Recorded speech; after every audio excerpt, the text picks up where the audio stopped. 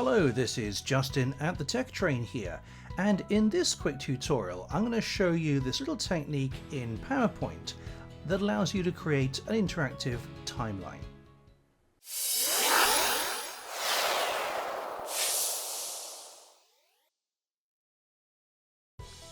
So the main thing I want to show you is how to create the years on the left hand side that, as you can see, scroll up or scroll down depending on which way you want to go here. Nice little technique, so quite simple to do. So we're going to begin with a new PowerPoint presentation and a blank slide. Let's pop a text box on the left hand side there, and of course you can put words, dates, whatever it is that you want to put in here. Let's use dates for the moment. And I'm going to press Ctrl D and move that up so it's in line slightly above it, and then press Ctrl D a few more times. Let's Ctrl D and put one underneath the same distance, and again Ctrl D a few times so we have that list. We can now put whatever values we want into them, so I'm going to change this to 2020 and then skip ahead to do all of these.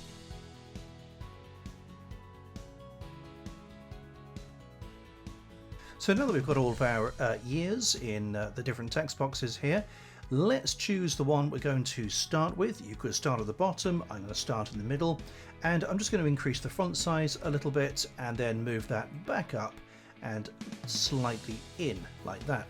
And if you want to change the color, then we can do, of course, as well. Let's change that to red just so it stands out.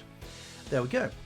Now what I'm going to do is Ctrl D to duplicate the slides. I've clicked over here first of all before pressing Ctrl D, and in this second slide I'm going to change these values. So let's move these dates down. So 2014 would become 2015, 2015 would become 2016, and so forth. So let's get that done quickly.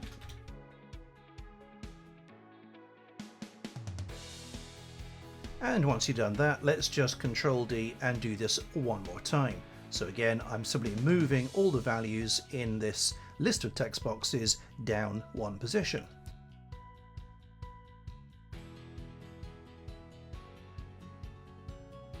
Now that we've done that, we'll simply click on the left hand side and hold Shift down to select all of the slides that we want to animate, and then head up to the top, click on Transitions and select Morph.